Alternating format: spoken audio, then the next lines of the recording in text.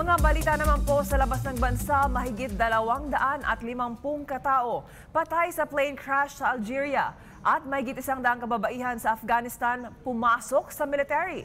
Ang sendo ng mga balitang yan mula kay Amy Olida.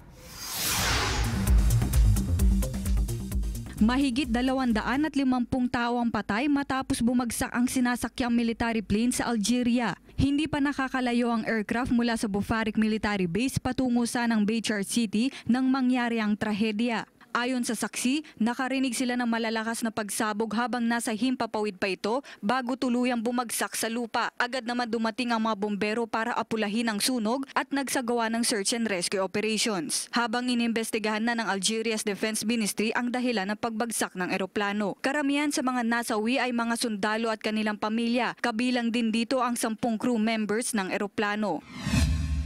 Ang pagiging sundalo ay karaniwang trabaho ng mga kalalakihan, ngunit mahigit 100 kababaihang kadete ang sumali sa Marshal Fahim Military Academy sa Kabul, Afghanistan. Tutulman ang ilan nilang pamilya ay patuloy pa rin sila sa pagtupad ng kanilang mga pangarap. Hindi naman ito naging hadlang para kay Katol Mohammad Zain na dating paratrooper na ngayon ay binansagang kauna-unahang babaeng general sa Afghanistan.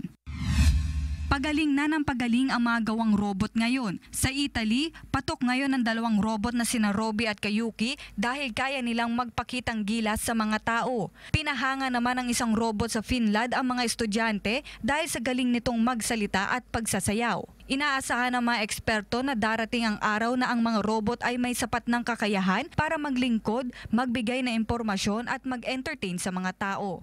Amy Olila para sa Bayan.